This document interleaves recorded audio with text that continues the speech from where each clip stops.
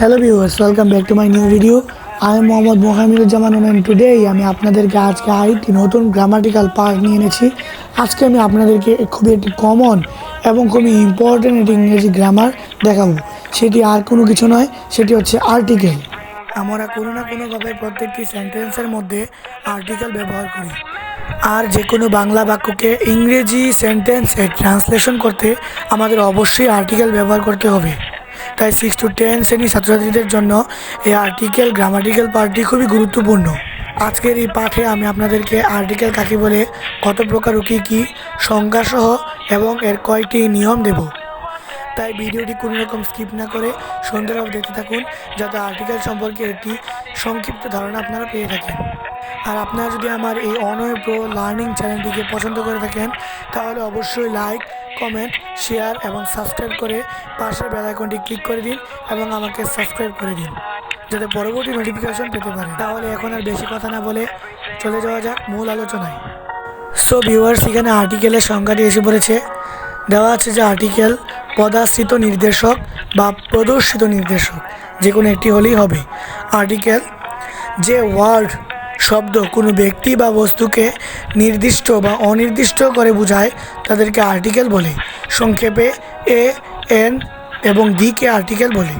Viewers, একটি বিষয় লক্ষ্য করেন, কোনো একটা বস্তুকে যখন আমরা নির্দিষ্ট করে বোঝাই তখন বিষয়টিতে দা ব্যবহৃত হবে, এবং কোনো একটা বস্তুকে যখন আমরা অনির্দিষ্ট করে বোঝাই তখন বিষয়টিতে এ অথবা এন ব্যবহৃত হবে। এখানে এই বিষয়টি বোঝানো হয়েছে, কিন্তু এ, এন এবং ডি এর বাহিরে আরেকটি রয়েছে, সেটি হচ্ছে ক্রস। সেটি ব্যবহৃত হবে সরাসরি যখন আমরা আর্টিকেল গ্রামাটিক্যাল পার্ট এ নিয়ে কোনো রকম এক্সারসাইজ করব, অর্থাৎ কোনো রকম প্যাসেজ আর্টিকেলের গ্রামাটিক্যাল এক্সারসাইজ করব। যাই হোক, আমরা আজকে সেই বিষয়ে যাচ্ছি না। আজকে আমরা শুধু এ, এন এবং ডি এর ব্যবহার কাকে বলে, কী এই সকল বিষয় নিয়ে আলোচনা করব। সো গাইস, এখানে আর্টিকেল কাকে বলে বিষয়টি আপনার কাছে পুরোপুরি ক্লিয়ার হয়ে গেল, তাই না? এখন পরবর্তীতে যাই। এখানে আমরা কিছু কথা দেখতে পাচ্ছি। এখানে পড়ি এ, এন, ডি মূলত অ্যাডজেক্টিভ। আমরা তো জানি দোষ, গুণ, সংখ্যা, পরিমাণ ইত্যাদিকে অ্যাডজেক্টিভ বলে। এটি পার্টস অফ স্পিচের অংশ বটে। যাই হোক, এ, এন প্রকৃতপক্ষে ওয়ান এর সংক্ষিপ্ত রূপ।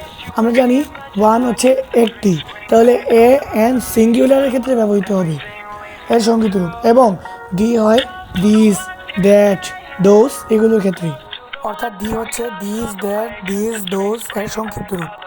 ইংরেজি গ্রামার এ, এন, ডি আর্টিকেল নামে পরিচিত। এ, এন, ডি নাউন এর পূর্বে বসে এর অর্থকে সংকুচিত করে। যেমন পেন বলতে সকল কলম বোঝায়, কিন্তু এ পেন বলতে একটি কলম বোঝায়। তাহলে এই বিষয়টি ক্লিয়ার হয়ে গেল। Article is two types. Article দুই প্রকার, এক ইনডিফিনিট আর্টিকেল, দুই ডিফিনিট আর্টিকেল। ইনডিফিনিট আর্টিকেল হচ্ছে এ, এম এবং ডিফিনিট আর্টিকেল হচ্ছে দা। এখানে ইনডিফিনিট আর্টিকেল এবং ডিফিনিট আর্টিকেলের সংজ্ঞা দেওয়া আছে, এগুলো আমরা পড়ি। এ, এন দ্বারা অনির্দিষ্ট ব্যক্তি বা বস্তু বা প্রাণী বোঝায় বলে এদেরকে ইনফিনিট আর্টিকেল বলে। ডিফিনিট আর্টিকেল দ্বারা ডি দ্বারা এক বা একাধিক নির্দিষ্ট বস্তু বা প্রাণী বোঝায় বলে একে ডিফিনিট আর্টিকেল বলে। সিঙ্গুলার এবং প্লুরাল উভয় নাউন ফ্রেজ এর পূর্বে ডি বসে।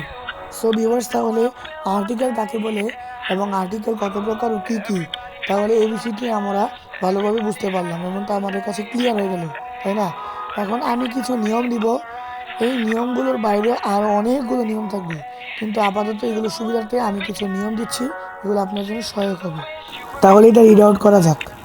বাওয়েল হলে এন বসে, অর্থাৎ বাওয়েল আমরা তো জানি বাওয়েল পাঁচটি, এ, ই, আই, ও, ইউ। এগুলোর বাইরে যতগুলো ইংরেজি লেটার রয়েছে সেগুলো হচ্ছে কনসোনেন্ট। তাহলে পরবর্তীতে কনসোনেন্ট হলে দা বসে, অর্থাৎ এ, ই, আই, ও, ইউ এগুলো বাদে যত লেটার রয়েছে সেগুলো যদি বাক্যের প্রথমে বসে, তাতে ওয়ার্ডের প্রথমে বসে, তাহলে সেটি কনসোনেন্ট বলে গণিত হবে এবং এর কনসোনেন্টের পূর্বে দা বসবে।